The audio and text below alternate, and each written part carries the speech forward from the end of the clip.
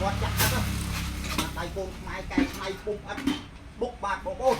ក្នុងមួយថ្ងៃចេញបាន6រដុំបាទបងប្អូនតម្លៃទៅ$1000ការជីវកម្មបានបងប្អូនអាតូចបានអាជុំបានបងប្អូននេះវត្ថុវៀតណាមវិញមានប្រភេទហើយនឹងសាច់នឹងស៊ីម៉ងបងប្អូនចូលឲ្យពេញចឹងមក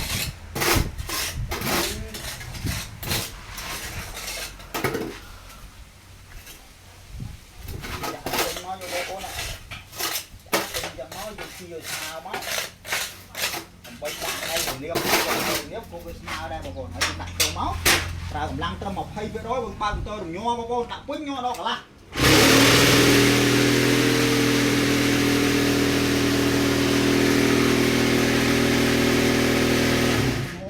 ដល់ហៅមកនេះឃើញទេពេញញ័រដល់កន្លះបងប្អូននេះឃើញទេ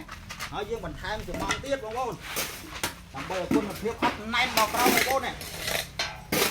ចំចំណងចឹងមកវាណែនដល់ក្រោមបងប្អូនពេញញ័រសហើយយើងថែមទៀតហើយអាដំបូងឲ្យញ័រណែនដល់ក្រោមមកនេះពីកដាលមកណែនដល់លើទៀតបងប្អូននេះហើយយើងពីឲ្យស្មើច្បាច់លើថោដៃនេះបើយើងដែរដល់ពីហើយយើងបងមកហើយយើងបើកម៉ូទ័រញ័រទៀតអត់ត្រឹកតែយើងចង់បាន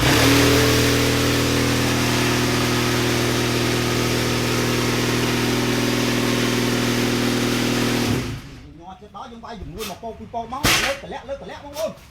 វាទម្ងន់ដៃហ្នឹងវាស្មុនណាមកយើងបើកម៉ូទ័រ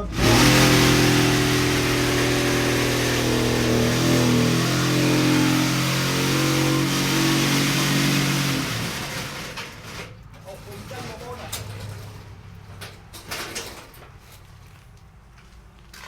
ប្អូនបងប្អូនអាណាមកឆ្ងាយតិចកុំឲ្យវានេះបាំងនោះបិទចុចបិទចូលមកតិច